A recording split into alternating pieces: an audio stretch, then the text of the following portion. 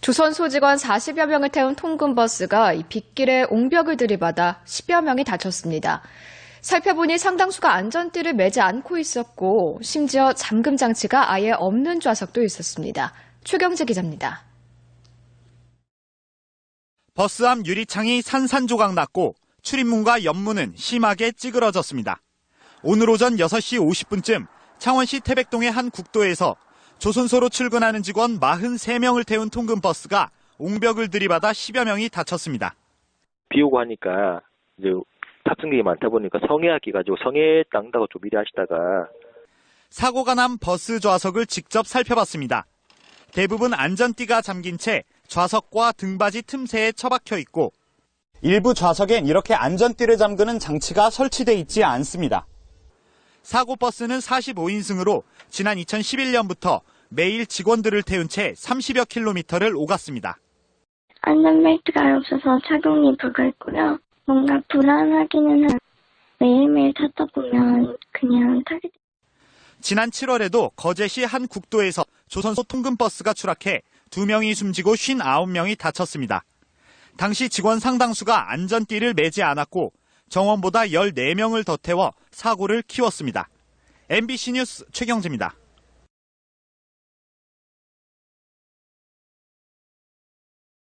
서울과 수도권을 오가는 광역 급행버스나 직행 좌석버스도 안전을 위해 고속도로 구간에서는 안전띠를 의무적으로 착용해야 하는데요.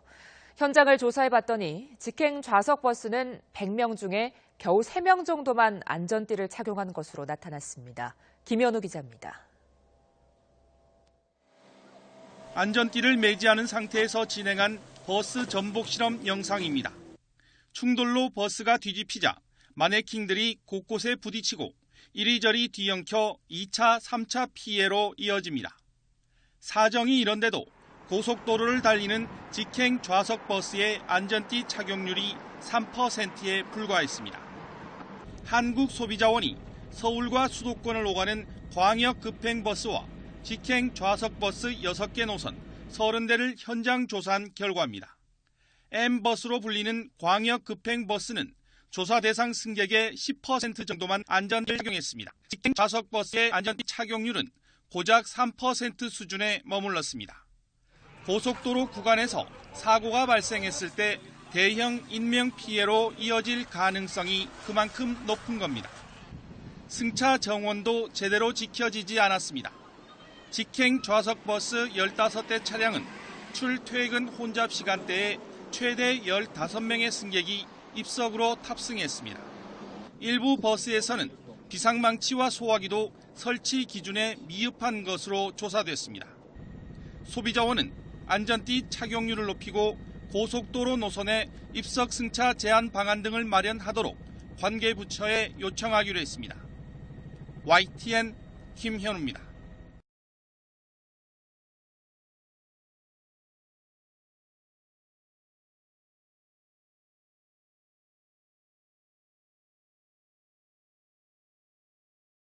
밤사이 직원들을 태운 통근버스가 앞서가던 승합차를 추돌해 9명이 다치는가 하면 고속도로를 달리던 승용차에서 불이 나는 등 사건 사고가 잇따랐습니다. 황정현 기자입니다.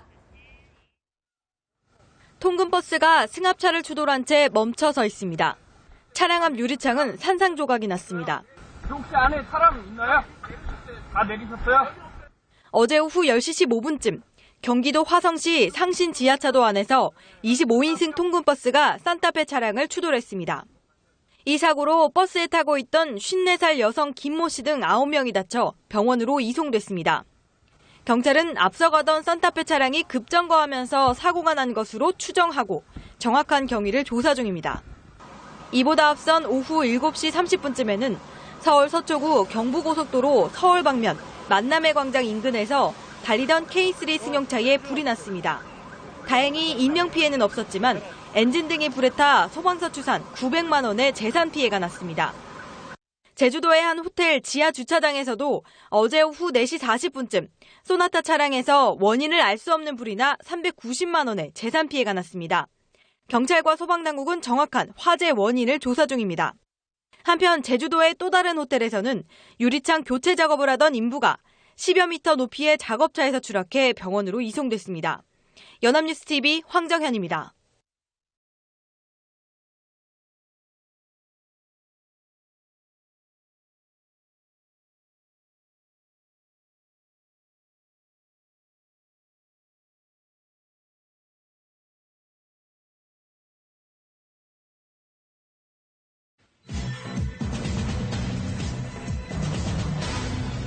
글로벌 브리핑입니다. 미국에서 버스 기사가 승객에게 폭행당하는 사건이 잇따르고 있습니다. 다른 승객들 안전까지 위협받을 수 있어서 운전석 칸막이 설치를 확대해야 한다는 목소리가 높아지고 있습니다. 시내버스에 올라탄 남성 승객, 다짜고짜 기사를 폭행합니다. 기사는 영문도 모른 채 운전석에서 꼼짝없이 당합니다. The driver was caught by the seatbelt, couldn't get up and defend themselves and 승객은 기사를 수십 차례 폭행하고 달아났고 목격한 다른 승객들이 이를 촬영해 신고했습니다. 앞서선 승객이 홧김에 버스 기사를 벽돌로 친 사건이 발생해 큰 충격을 준 일도 있었습니다. And I think this shows that we do need more barriers at this point in time right now. 카메라를 설치하고 예방 교육을 하고 있지만 승객의 묻지마 공격에는 무방비로 노출돼 있습니다. 자전거를 탄 청년 수십 명이 도로를 가로막고 있는데요. 교차로를 지나던 승용차가 자전거를 치고 달아납니다. 청년이 굴러떨어지고 놀란 시위 참가자들이 모여듭니다. 자전거 이용객의 안전을 보장해달라며 거리 시위를 벌이던 중이었습니다. 전용 도로가 부족해 크고 작은 사고가 잦은 가운데 최근 자전거를 타고 가던 흑인 청년이 뺑소니 사고로 숨진 일이 있었기 때문인데요. 시위 참가자마저 뺑소니 사고로 다치자 차들을 가로막고 경찰차를 부수는 등 시위는 폭력적으로 변질했습니다.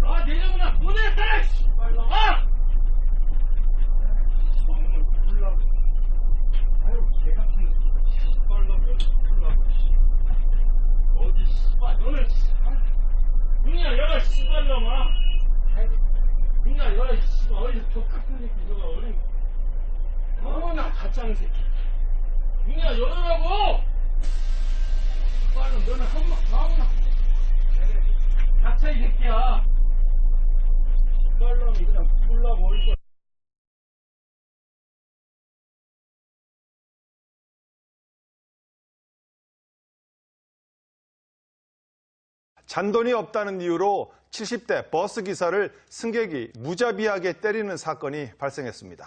당시 상황이 고스란히 CCTV에 찍혔는데 기사 보호장치를 넘어 폭력을 가했고 심지어 경찰이 출동했는데도 폭행을 그치지 않았습니다. 김성민 기자의 단독 보도입니다. 회차지에서 출발하려는 시내버스입니다. 잔돈이 없으니 뒷차를 타려는 기사의 말에 격분한 승객이 때리는 신용을 합니다. 보호 칸막이를 부수려다 실패하자 온몸을 날려 기사를 폭행하기 시작합니다. 당황한 기사는 울부짖으며 도움을 청합니다. 잠시 뒤 승객은 분이 안 풀린 듯 다시 몸을 날려 머리와 가슴을 발길질합니다. 눈뜨고 볼 수 없는 처참한 폭행이 이어졌습니다. 얼굴에 침까지 뱉으며 욕설도 퍼붓습니다. 뒤늦게 경찰이 출동했지만 체포 직전까지 기사의 머리를 내리칩니다. 70대 버스 기사는 운전석에 갇혀 10여 분 동안 일방적으로 수도 없이 얻어맞았습니다. 큰 충격으로 입원 치료를 받은 기사는 비통한 눈물을 쏟고 있습니다. 죄 없이 맞은 것도 억울하지만 돈과 배경을 운운하며 모욕당한 일이 참을 수 없이 둔하고 서럽습니다. 너무 멀어서 세게 못 때리니까 좀 세게 때리게 이렇게 앞으로 좀 오라고. 그러면서 내가 지금 10원 한 장 안 주고 저 진역 안 간대요. 경찰은 당시 승객이 술에 취한 것으로 보고 정확한 경위를 수사 중입니다. TJB 김성민입니다. 50대 여성 버스 기사와 연인 관계였던 남성이 기사에게 인화 물질을 뿌리고 불을 질렀는데 본인도 기사와 함께 중태에 빠졌습니다. 이 소식은 조창훈 기자가 보도합니다. 차고지로 들어오는 버스에 불빛이 번쩍이더니 커다란 폭발이 일어납니다. 주변에 있던 직원은 깜짝 놀라 몸을 피합니다. 불이 붙은 버스는 주차돼 있던 다른 버스를 들이받고서야 멈췄습니다. 사람한테 신나를 뿌리고 불을 붙인 거예요. 사람들이 한 10명 정도가 불났어요. 어제 오후 4시 40분쯤 50대 남성 오모 씨가 버스기사 50대 여성 강모 씨에게 인화물질을 뿌리고 불을 붙였습니다. 다른 승객들은 마지막 정류장에서 모두 내렸지만 오 씨는 버스에 탄 채 이곳 차고지까지 와 범행을 저질렀습니다. 오 씨는 연인 관계였던 강 씨가 다른 남성과 만나는데 앙심을 품고 있었던 것으로 알려졌습니다. 버스의 난불로 강 씨는 물론 오 씨까지 심한 화상을 입어 현재 생명이 위독한 것으로 전해졌습니다. 한편 당시 상황이 담겨있는 내부 블랙박스가 발견됐지만 수사는 난항을 겪고 있습니다. 그래서 이래가지고 국가서에다가 좀 복원을 시켜야 될 필요성이 있어서 경찰은 오 씨가 깨어나는 대로 정확한 범행 동기를 조사할 계획입니다. MBN 뉴스 조창훈입니다. 네, 버스 안에서 한 승객이 배를 누르지 않고 내려달라고 했다가 버스기사에게서 거친 욕설을 들었는데요. 지자체에게 민원을 제기했지만 이 처벌을 기대할 수 없자 결국 모욕죄로 검찰에 고소했습니다. 박현우 기자입니다. 인천 송도와 서울 강남으로 가는 광역버스 안. 버스기사가 거칠게 욕설을 하기 시작합니다. 배를 뭘로 만들어놨냐고. 승객이 배를 누르지 않고 내려달라고 했다는 이유에서입니다. 듣다 못한 다른 승객들이 말려보지만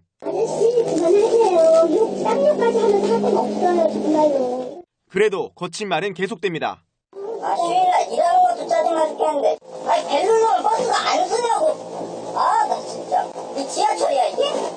버스에 탄 승객들은 황당하고 기분이 상할 수밖에 없었습니다. 네, 쓰는데 왜 안 쓰느냐. 네네네. 그렇게 얘기했더니 이제 그때부터 이제 시작한 거죠. 그때부터 그냥 그 말밖에 안 했어요. 그분 옆에 외국 사람들도 타고 있는데 어쩌면 그렇게 소리를 지르고 그러겠지. 욕설을 들은 승객은 버스 회사 소재지인 인천시와 연수구에 민원을 제기했지만 처벌을 기대하긴 어려운 상황입니다. 버스 기사분들의 기사 불친절에 대해서는 여객자동차법에 처벌할 수 있는 근거가 좀 많이 희박해요. 그쪽은 좀 심각하게 문제가 있긴 합니다. 결국 이 승객은 버스기사를 모욕죄로 처벌해달라며 검찰에 고소장을 냈습니다. 연합뉴스TV 박현우입니다.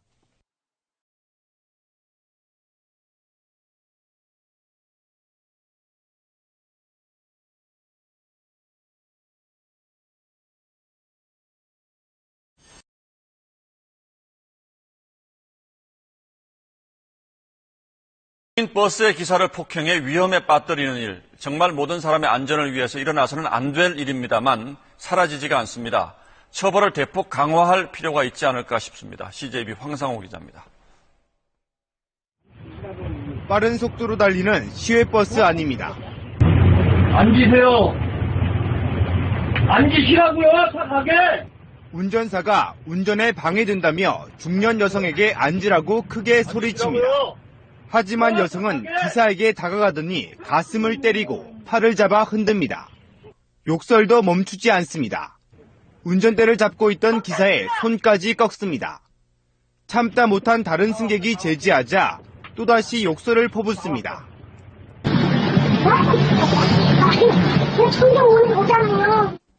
버스 안에서 난동을 부린 이 50대 여성은 술에 취한 상태였습니다.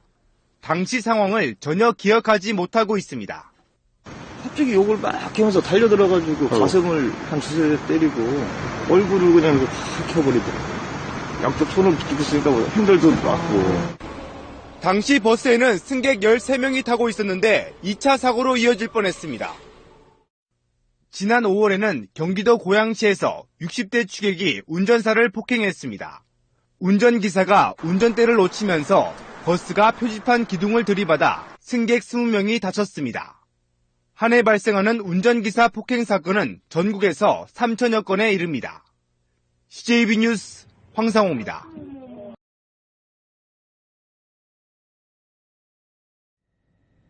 지난 2013년 9월 김포공항 한복판에서 벌어진 어느 회장님의 신문지 폭행 사건입니다. 국민적 공분은 극에 달했고 가해자인 블랙야크 강태선 회장의 사과로 사건은 잘 마무리된 줄 알았습니다.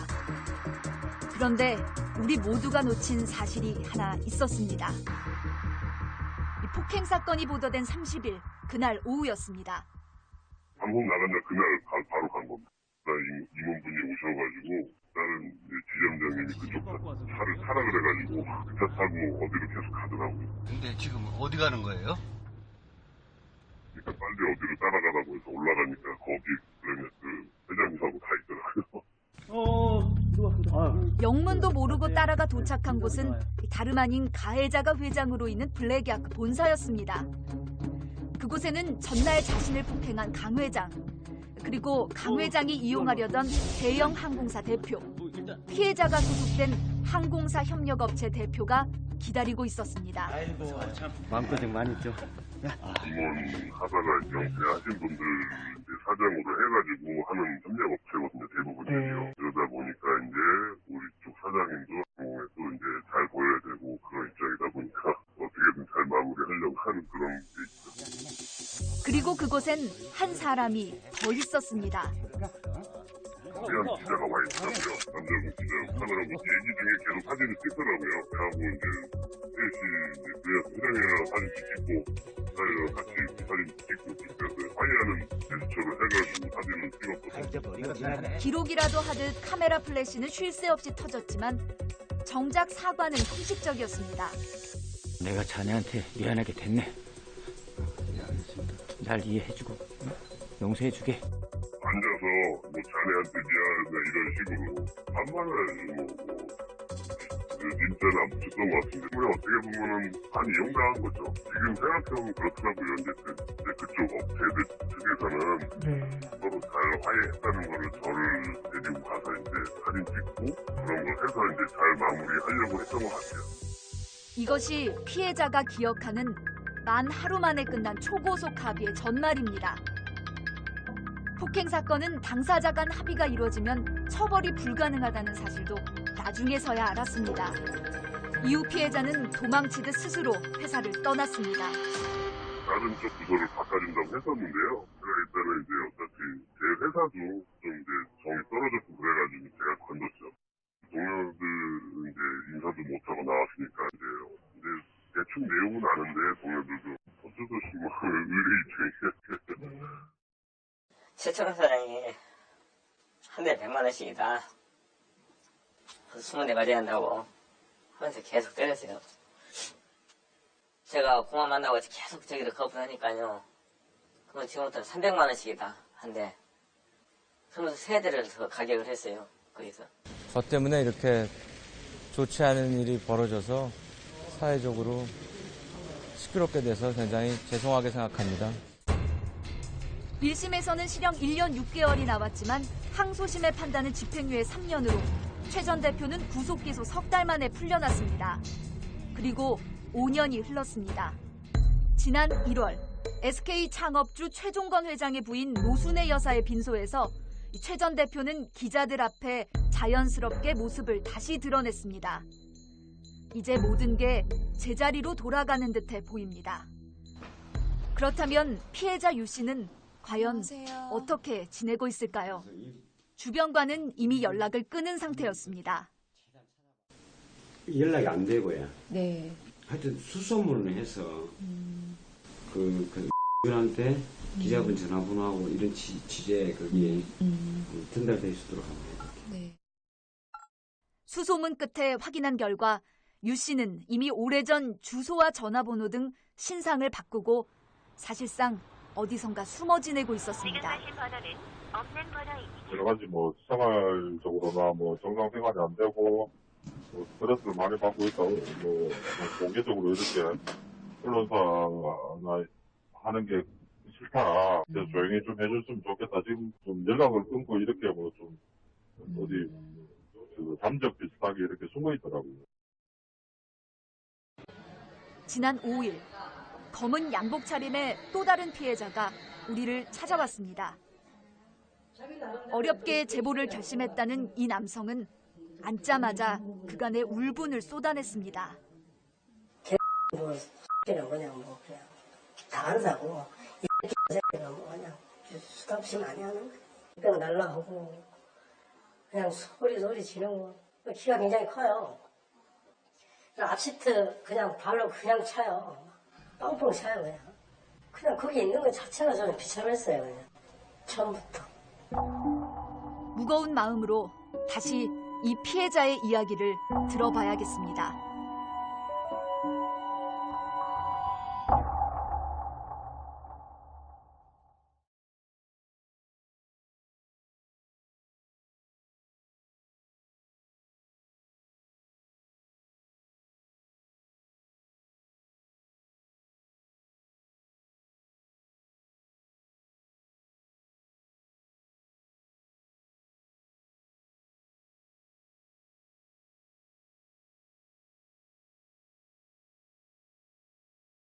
내 호텔은 어딨지?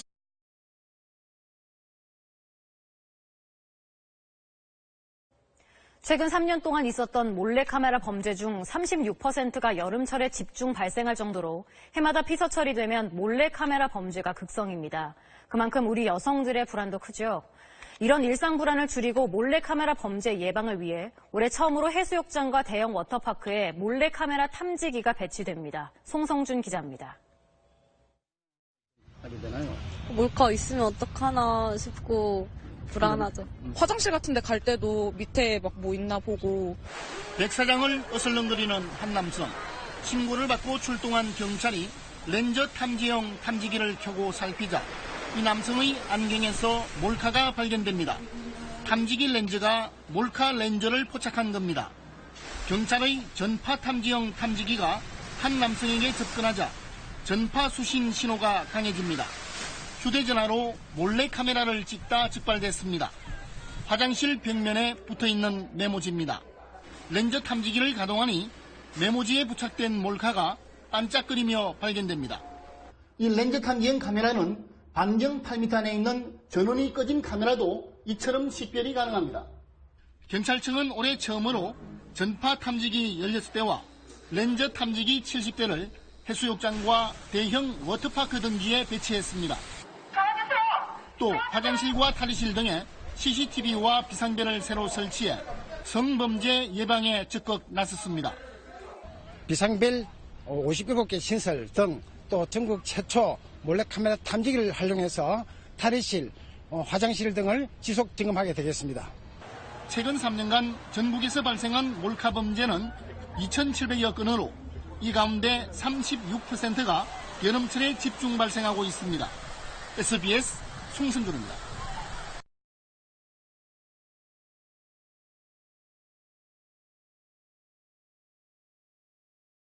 최근 문재인 대통령이 몰래카메라 범죄에 대한 강력 대응을 주문할 정도로 몰카 범죄는 날로 심각해지고 있지만 실상 처벌은 관대하다는 지적이 나오고 있습니다. 네, 범죄 근절을 위한 법망 구축도 시급해 보입니다. 김민혜 기자입니다. 2년 전 전국을 떠들썩하게 한 워터파크 몰카 사건부터 최근 현직 판사의 지하철 몰카 범죄까지 장소도 수법도 다양화하는 몰카 범죄가 심각한 사회 문제로 떠오르면서 경찰 단속도 강화되는 추세입니다. 몰카 범죄는 몇 년 사이 급속히 늘어 2006년 500여 건에서 2015년에는 7천여 건에 이르렀습니다. 성폭력 범죄 유형 가운데 강제추행 다음으로 높은 비율을 차지했습니다. 몰카 범죄는 관련법에 의해 5년 이하의 징역이나 1,000만 원 이하 벌금에 처해질 수 있지만 처벌은 솜방망이에 그치고 있다는 지적입니다. 2011년부터 지난해까지 이루어진 몰카 범죄에 대한 1심 선고 분석 결과 벌금과 집행유예는 80% 이상을 차지한 것으로 조사됐습니다.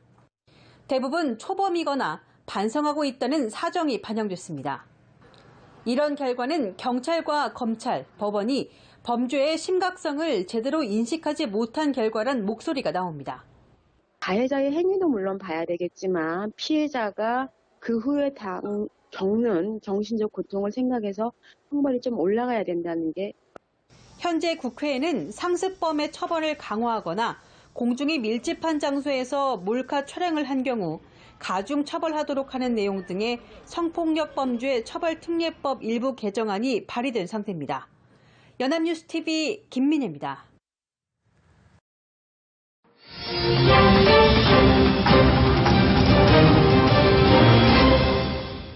워터파크 몰카 사건 이후에 몰래카메라에 대한 공포가 확산되고 있습니다. 우리나라는 가히 몰카 공화국이라고 불릴 만큼 몰카 범죄가 늘고 있는데요. 5년 전에 1,100여 건이었던 몰카 범죄는 지난해 6,600여 건으로 무려 5배 이상 급증했습니다. 누군가를 몰래 찍는 사람들이 하루에 10명 이상씩 적발되고 있는 셈입니다. 자, 그럼 먼저 몰카 공화국의 실태를 송양환 기자가 보도합니다. 서울 강남의 한 피트니스 클럽. 몰카 탐지업체 직원들이 사물함 틈새와 시계까지 여성 탈의실 곳곳을 확인합니다. 워터파크 사건도 있었고요. 회원들도 이제 많이 불안해 하시니까 저희가 이제 미리 나서가지고 한번 이제 점검 차원에서 혹시라도 모르니까. 주파수를 통해 몰카를 잡아내는 억대의 장비도 동원됐습니다. 워터파크 사건 이후 기업 개인 할 것 없이 몰카 탐지 의뢰가 크게 늘었습니다. 일반인들도 지금 여자 혼자 사는 집이라든지 그런 데 지금 문의 전화가 많이 들어오고 있고요. 하지만 지금도 인터넷에는 여러 곳에서 촬영된 몰카 영상이 많이 유포돼 있습니다. 여자 화장실을 위에서 내려다보는 영상은 화재 경보기 모양의 촬영 장비가 사용된 것으로 추정되고, 병원 간호사 탈의실에서 촬영된 영상은 사물함 위에 놓인 여러 물품 사이에 카메라를 숨긴 것으로 보입니다. 이 같은 몰카 장비는 작아도 음성이나 동작을 감지하는 센서가 있어 한 번 설치하면 장시간 촬영이 가능합니다. 소리를 또 감지를 해서 자동 촬영을 하고 아무런 소리가 없으면 이제 자기 혼자 작동을 멈추는. 몰카는 명백한 범죄이지만 촬영한 남성들은 죄의식을 느끼지 못하는 경우가 많고 한 번 시작하면 반복하며 끊기도 쉽지 않다고 합니다. 이게 뭐 그렇게 큰 죄가 되나 생각을 하시는지 절대 그렇지 않거든요. 실제 여성 피해자분들은 거의 정상적인 생활을 못해요. 자살 시도도 하고. 몰카는 피해자에게 심각한 충격을 주고 유포되면 피해 회복도 쉽지 않은 만큼 강력한 단속과 처벌이 필요하다는 목소리가 높아지고 있습니다. MBC 뉴스 송양환입니다.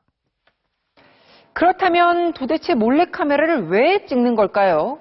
예전에는 단지 호기심이나 관음증 같은 성적 취향 때문이었다면 최근에는 바로 돈 때문입니다. 몰카 영상을 누군가 비싸게 산 사람이 있기 때문이겠죠. 그 현실을 전재훈 기자가 취재했습니다. 한 인터넷 커뮤니티 게시판. 사람들의 관심을 끌만한 영상은 무조건 사겠다며 구체적인 액수까지 적혀 있습니다. 한 개인 블로그에는 자신이 찍은 영상을 판매하겠다는 게시글도 있습니다. 약한 거는 뭐 하나 2, 3만 원 주기도 하고 뭐 조금 좀 센 거는 더 치워주기도 하고. 이렇게 몰카 영상은 중간 브로커를 거쳐 성인 사이트 운영자에게 판매되거나 파일 공유 사이트로 흘러갑니다. 파일 공유 사이트에서는 다운로드 수만큼 포인트를 받는데 현금과 교환할 수 있습니다. 처음에는 혼자 보려고 했는데 돈도 그렇게 따는 사람이 있으니까 뭐 팔기도 하고 300 정도는 떨어지죠.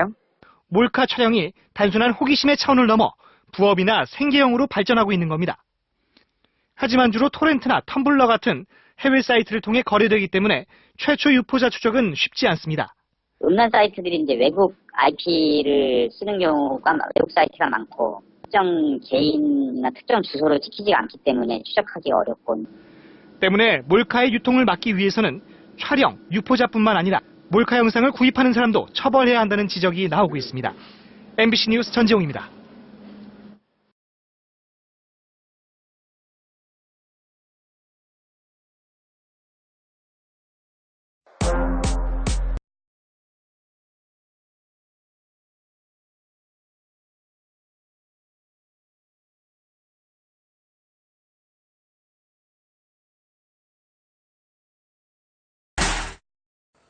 네, 국내 한 유명 워터파크 샤워실에서 찍힌 몰래카메라 영상, 점점 파문이 커지고 있습니다. 누가 왜 그랬는지는 모르겠습니다만은 악의적으로 찍은 것 같습니다. 그리고 해외에서 서버를 통해서 유포시킨 것으로 파악됐습니다. 악의적으로 찍어서 악의적으로 퍼뜨렸다는 얘기입니다. 자, 이렇다면 선량한 시민들이 아무 잘못도 없이 피해를 입는다면 어떻게 마음 놓고 우리 사회를 살아갈 수 있겠습니까? 경찰이 이 동영상을 퍼간 사람들도 처벌하겠다는 방침을 밝혔습니다. 정유진 기자 연결되어 있습니다. 정 기자 나오십시오. 네, 사회부입니다. 네, 이게 해외 서버를 통해서 이 영상 올렸다면서요? 그렇습니다. 사건을 수사하고 있는 경기 용인 동부경찰서는 지금 퍼지고 있는 동영상들이 해외 서버를 두고 올라온 것으로 파악했습니다. 최초로 올라왔던 동영상도 또 지금 무분별하게 퍼지고 있는 동영상들도 해외 서버를 통해 올라왔다는 것인데요. 국내 서버를 이용했다면 파일 유포자를 찾는 일이 비교적 수월했겠지만 외국에 근거지를 둔 만큼 역추적이 사실상 불가능해서 수사도 난항을 겪을 것으로 예상됩니다. 따라서 경찰은 동영상 내용을 살피면서 특이점을 통해 유포자를 수사하고 있다고 설명했습니다. 또 유포 경위를 알고 있는 사람의 제보도 기다리고 있습니다. 이 영상은 인터넷을 통해서 무분별하게 퍼지고 있는데요. 경찰은 많은 사람이 영상을 보거나 다운받을 수 있도록 블로그 등에 올린 사람도 처벌할 방침입니다. 앞서 지난 16일쯤 여자 샤워실과 탈의실 내부가 촬영된 8분 길이의 동영상이 해외 사이트를 통해 유출돼 빠르게 퍼졌습니다. 영상 속 사람들이 수영복을 입고 있다는 점과 직원 복장을 근거로 워터파크에서 찍힌 영상이라는 주장이 제기되고 있습니다. 경기 용인 동부경찰서는 직원 복장이 등장한 워터파크 측에서 유포자를 찾아내 처벌해달라고 신고를 해 수사에 착수했습니다. 지금까지 사회부에서 YTN 정효진입니다.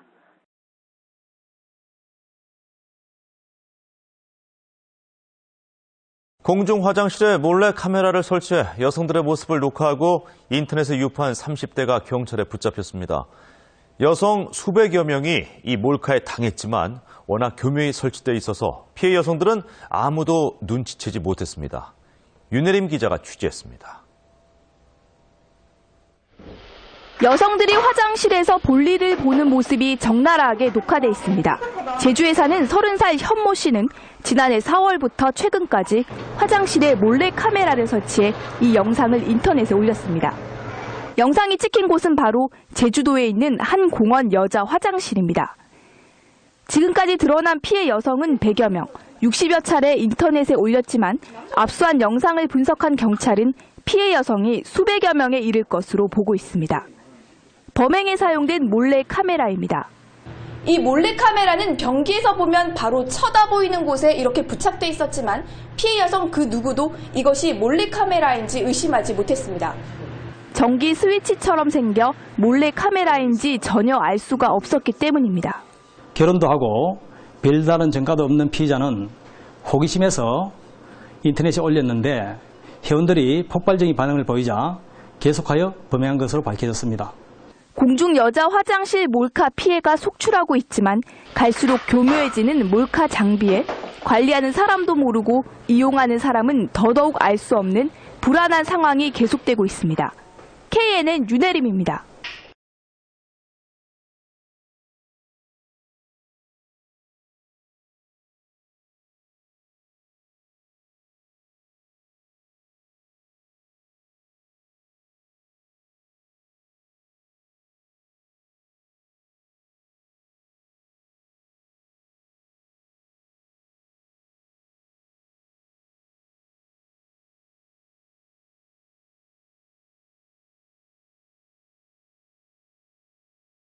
네, 어제 서울의 한 사립초등학교에서 괴한이 둥기를 휘두르는 바람에 이 초등학생 6명이 다쳤다는 사건 전해드렸습니다. 그런데 이 학교 주변 안전이 완전히 엉망이었습니다.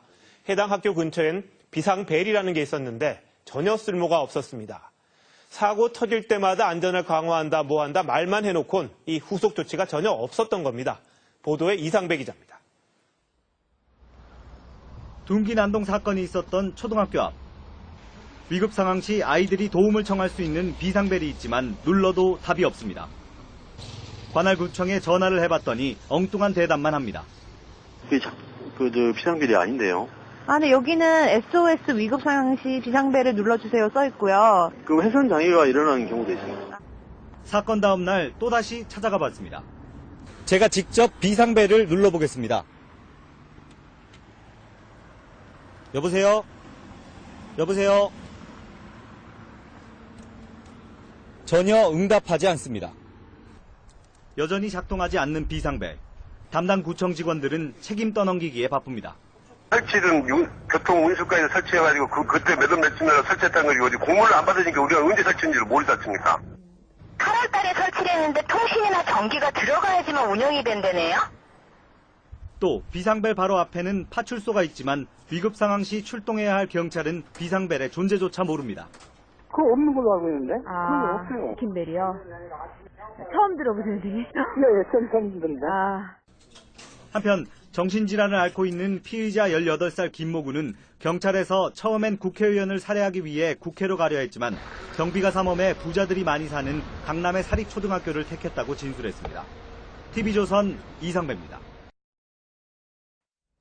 네, 이번 사건 이후 공용 화장실에 대한 논란도 일었습니다. 강력범죄에 무방비로 노출돼 있기 때문에 위험을 알릴 최소한의 장치가 필요하다는 지적이었는데요. 누르지 않아도 비명소리에 반응하는 비상벨이 나왔습니다. 김혜미 기자입니다. 위급한 상황에 누르는 비상벨. 하지만 어디에 있는지 알 수도 없고 눌러도 응답하지 않는 경우가 많습니다. 설치되어 있는 건 많이 봤어요. 하지만 진짜 위급한 상황에서 그게 즉각 생각이 날까? 또 그거를 진짜로 사용하게 될까라는. 이 같은 단점을 보완한 비상벨이 서울대학교 한 여자 화장실에 등장했습니다. 변기 물 내리는 소리나 핸드드라이어 소리 등의 소음에는 반응하지 않습니다. 그리고 이렇게 큰 말소리에도 비상벨은 울리지 않습니다. 그런데 비명을 지르면 사이렌이 울립니다. 지하철 객차 소음 수준인 85데시벨이 넘는 소리가 2초 이상 들리면 작동하도록 한 겁니다. 핵심 기술은 그렇게 복잡한 게 아닙니다. 신호를 감지해가지고 연결을 하는 거죠. 경광등에 연결을 하든지 아니면 사이렌에 연결하든지 중요한 것은 화장실에 이것을 접목했다는 것이고. 이 장치를 무선 인터넷으로 연결하면 넓게 퍼져 있는 다수의 화장실을 한 번에 관리할 수 있습니다. 연구진은 한 달간 시범 운영한 뒤 다음 달 시장에 내놓을 계획입니다. JTBC 김혜미입니다. 지금부터 비명인식 데모를 시작하겠습니다.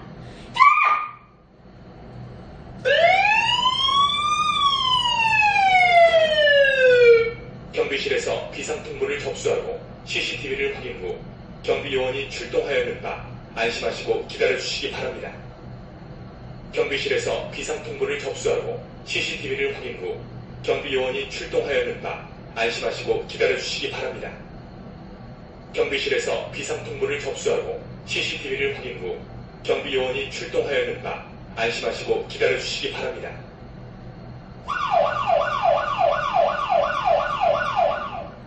또한 일반적인 목소리로 강도야, 사람 살려, 강도야, 사람 살려 이렇게 말했을 경우 반응을 하지 않습니다. 하지만 강도야!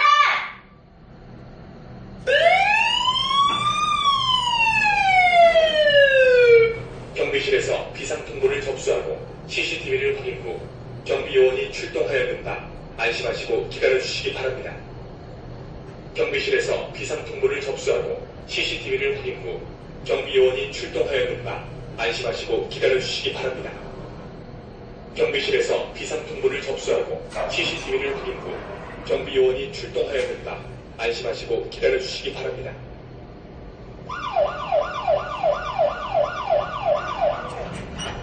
이렇게 비명을 감지되었을 경우 반응을 하는 동시에 경비실에서 긴급사항을 알려주어 즉시 경비가 출동할 수 있게끔 하는 시스템입니다. 이상입니다.